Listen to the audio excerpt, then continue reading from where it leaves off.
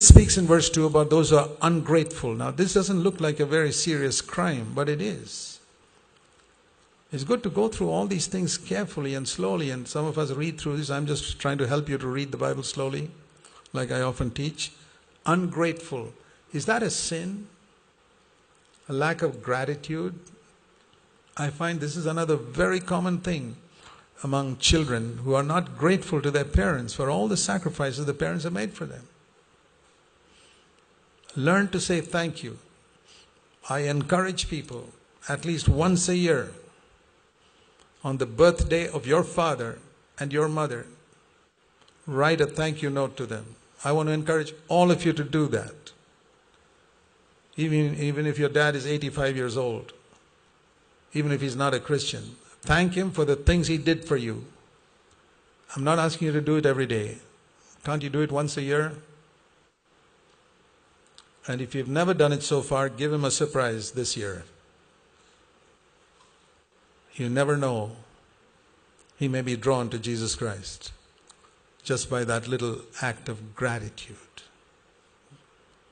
Express your gratitude. Express your gratitude to your father-in-law.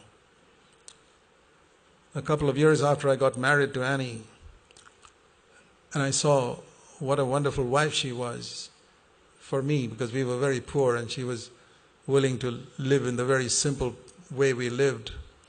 I wrote a letter to her father. I said, I'm very thankful for the way you brought up your daughter, because that's been such a help for me now that she's my wife. I'm sure that letter made his day. You know, I didn't write to him to make his day. I meant it 100% sincerely. I didn't do it to make friends. I said, this is what I have to do as a Christian. As a Christian, I have to be thankful when somebody's done something for me. If somebody has trained up a girl in a very good way to do all types of lowly jobs, and then I get her as a wife, don't you think I should thank that person? Sure, I felt it was my responsibility. So sometimes we take so many things in the world for granted. Of course, I'm such an important person, I deserve all that. I'm not such an important person. I don't deserve anything. I'll tell you what I deserve. I deserve hell. And anybody who does anything for me which is better than that, I must thank them and mean it from my heart. And it doesn't matter if other people don't thank me for what I do, because I'm not looking for that. Learn the habit of gratitude. Because it says in the last days, there'll be a lot of ungrateful people. Avoid them. Don't be listed in this category of people. Ingratitude is a sin. It's a sin. It's just like lover of self, lover of money, arrogant, proud.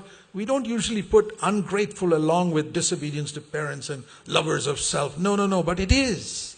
It's just lumped in there along with that. So learn to be grateful for somebody who did something for you. Even a cup of water. Like I've often said, Jesus would thank a person who gave him a cup of water. Jesus told his disciples, if somebody gives you a cup of water in my name, he won't lose his reward. So I picture this in my mind, that in the final day of judgment, Jesus calls up somebody whom nobody knows about and says, hey, I remember 2,000 years ago you gave a glass of water to Peter when he was really thirsty and come by your town and nobody was there to give him even water. You gave it. And I want to give you a reward. I can believe that. That he remembers a cup of water 2,000 years later. And then something I learned from that is,